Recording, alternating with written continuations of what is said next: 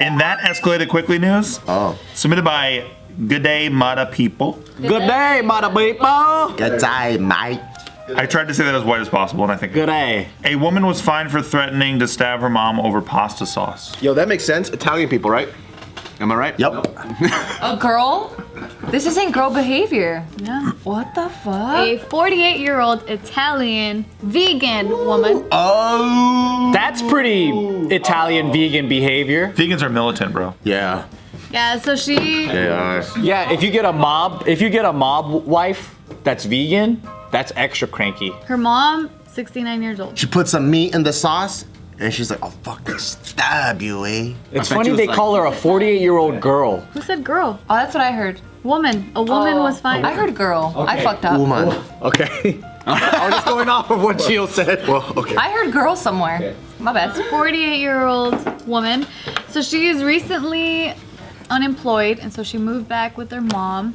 And this woman was saying that it's been years since she's even smelled meat or been in the presence of meat. And so when she moved back with her mom was making this ragu sauce, which has meat in it. And then the woman, she was just so upset, and like she kept getting into arguments with her mom, like to stop making. You can't do that. You can't move into my house and tell me what the fuck I should do. She's a Portlandia vegan. Portlandia. This doesn't sound like a real person. Exactly. I love it. Yeah, so then she ends up finally, like, this all escalated to one point where she grabbed a knife from the kitchen and she, like, threatened to stab her mom if she wouldn't stop. She said, because they... Stop making that ragu sauce. She said, if you won't stop on your own, then I'll make you stop. Quit making ragu or I'll stab you in the stomach. What the fucking bitch? But what am I supposed to do? Your daddy loves ragu. Yeah. Wow, it's like we're there. Yeah. I can see. It's like I'm in Italy right now. What the fuck? Mom, I'm going to fucking stab you.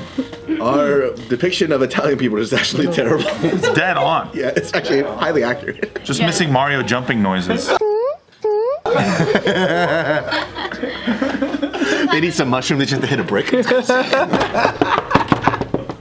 stupid. Yeah, so this happened back in March of 2016, and this whole time they've been going to court and trying to figure out like how they're gonna work out these problems, and the judge finally just reached. Why don't you just fucking move out Yeah. and just live on her own? Because her fucking unemployed ass is too busy trying to stab her mom. Yeah. No, so I don't know if she still lives with the mom. Yeah. Yeah, I hope she doesn't. This is like annoying roommate thing, or it's like annoying favor thing, where it's like someone stays with you, and then like I had a buddy stay with me recently, and that was fine. He was gonna stay with us for a couple weeks, right? But he brings like so much fucking luggage. It's just him. He brought like 19 suitcases. I'm not even exaggerating. Is he like an Instagram person though? No. He has to take nice pictures? And also, is he a girl?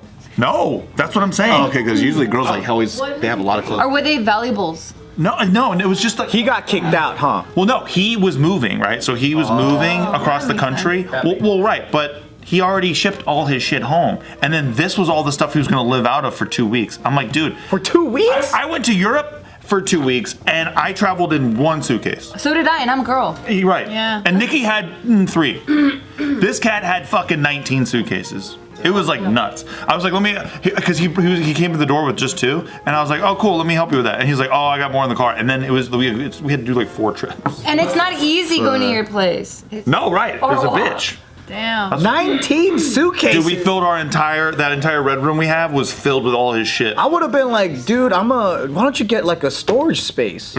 Dude, I'm like, just leave all this shit in your car. Nobody's gonna steal this shit. Oh, he didn't even leave it in his car? No, it looks like a pain in the ass anyway.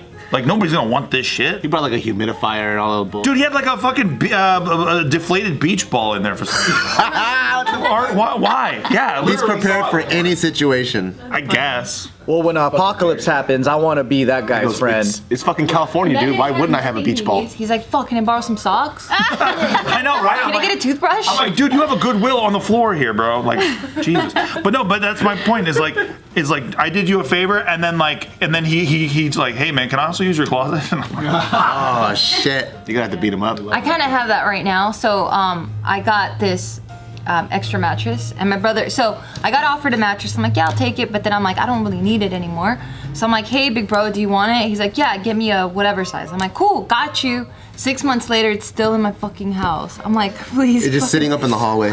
Please pick up your fucking mat. Oh, that's what that is? Yes. I've seen it. It's a comfy mattress too. So I'm like, I did you a favor. I kind of want to sleep on it. I'm still doing you a favor. You're like, don't you understand? I want to put a bunch of Tyga's toys here because that's where I put everything in. Well, because at that time Tyga wasn't living in his room, and now he is. And now I'm gonna have someone staying in our guest room for a couple months. So I'm like, look, I don't have any room. So the judge in Italy with this woman who threatened to stab the mom, he ordered her to pay 400 euros for a court fine, and then ordered 500 euros to be paid to her mother for that.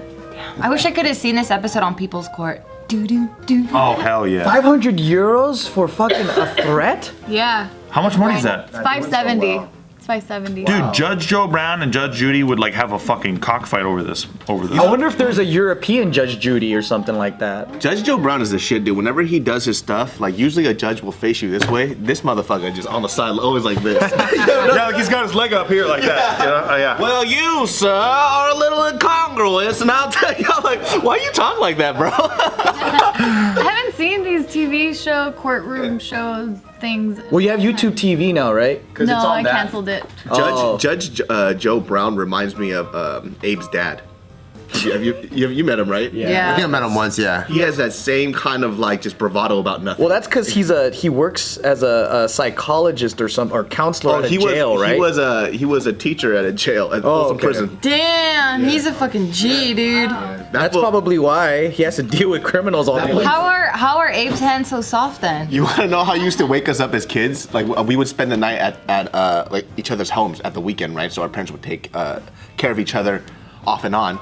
And so we would go to his house. This fool would wake us up like this. Wake up, idiots! That's how he would wake us up. And then he had to Everyone acts like he's at Folsom Prison, like hitting the fucking mug against the fucking bars and shit. Wake up, bitches! Yeah, because we're like whatever, like 12 or 13, and we're up all night playing or some shit, and then we would wake up a little later. But every morning, wake up, stupids! Wake up, yeah, wake up, idiots! I'm like, That's damn, so dude. nice. How loving. I had this idea for a show. You guys gotta tell me what you think. Okay, so it's called Millennial Court. The show would be hosted by the son of a popular judge, right? Okay. So like the son who like lives at home of a popular judge. Yeah. He is the judge, and it's just like you get a bunch of like girls who threw a birthday party, and it's like this is Melanie. She threw a birthday party, and she already had a preset reservation where she had 12 seats. But this is defendant Jessica. She told Melanie she RSVP'd that she was going to the party, but she didn't show up. So then she had 11 seats that were filled and not. And paid for. But she paid for 12. Yeah. And Melanie is also suing because of the damages of having an empty chair there. The emotional distress. Right, exactly. And Millennial Court. Yeah, people were looking at her and judging her because not everyone showed up, and they're all like thinking like, oh, this chick doesn't even have that. Like all her friends are not loyal. And then I like it. But here's the twist, right? Because the thing that pisses me off about all these court shows is that there's never any resolution that we get to see, right? It's always like, you will pay him $500, but you don't get to see them hand a check to the person and be all pissed and be like, here's your $500, I fucking hate you. So in this show, at the end, you go to the house of whoever wins, you go to their house, and then you get to pick anything in their house. So like, it's like you pick their TV. That is tight. Isn't that sick? Yeah. And then they fucking like rip it off the wall or whatever, they're carrying it out while you stand there all pissed off and shit. Is that not a tight show? Yeah. Oh, yeah. That'd be tight because I would just pick that person's wife. So you don't need it, right? All right, thanks, man. Wait, I don't think this is for the show. Wait, and a bunch of producers like, hey, wait, I think this is actually a crime.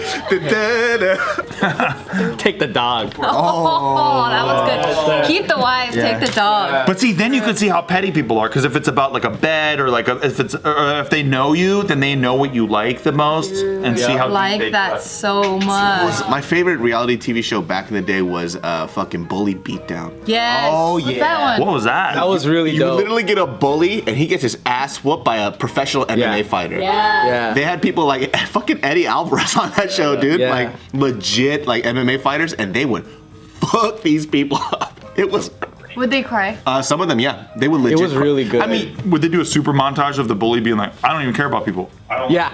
Like that chick who was talking about black people, like who the black girl was. It'd show this guy like, yeah, I could fight, and he's like working out, doing curls, like random shit. It was beautiful. I don't know why I they beat up stopped like it. 5 people in this block. I own this block. I think it was on MTV. Yeah, it was. I can hear the producers being like, yeah, go even harder, go even harder. And he's like, yeah, well, I've been in 17 fights. And he's like, I win 16. Like There's a dude that was so into like his muscles or whatever. He was just kind of like a meathead.